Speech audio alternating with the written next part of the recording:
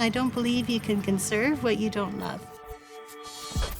Climate tech is really expensive, and really communities in the global south don't have access to it. We're a climate tech company that's trying to democratize technology and plant a lot of mangroves.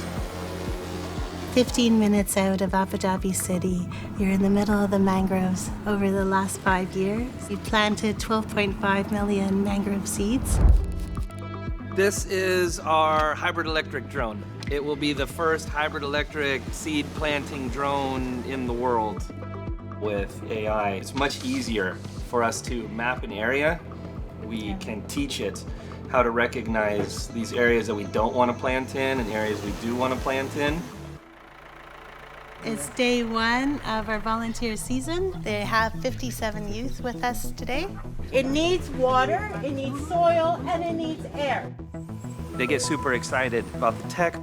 They get excited about the nature part. They just get excited about stomping around in the mud. Sometimes it's the first time that some of the youth have come out and actually seen natural landscapes. Abu Dhabi is a great place for trying new things. The people are supporting you to make that impossible possible. We started with a 3D printer and a dream. Abu Dhabi has been an incredible place for us to build our business.